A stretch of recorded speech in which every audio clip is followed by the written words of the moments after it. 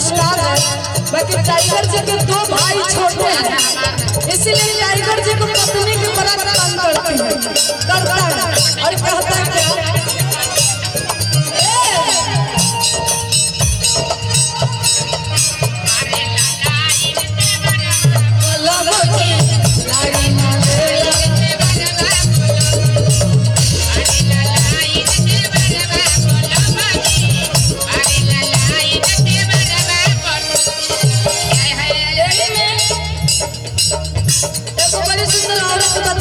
और कहत तरीका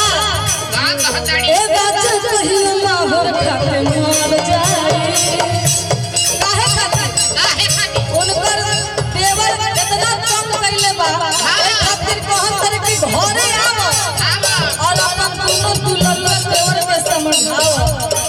और कहत तरीका कैसे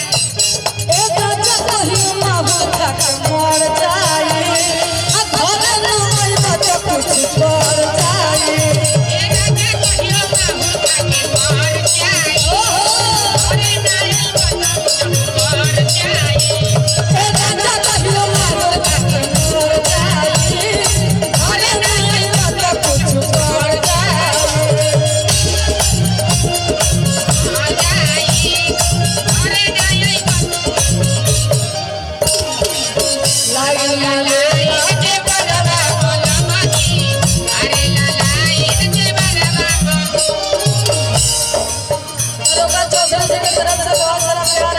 बहुत धन्यवाद। बाकी आगे बढ़ेंगे चुलबुल जी,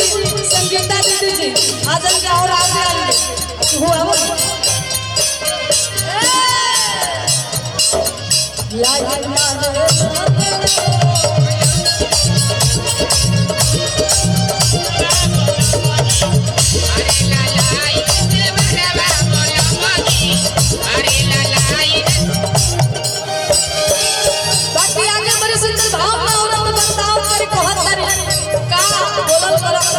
और सुनो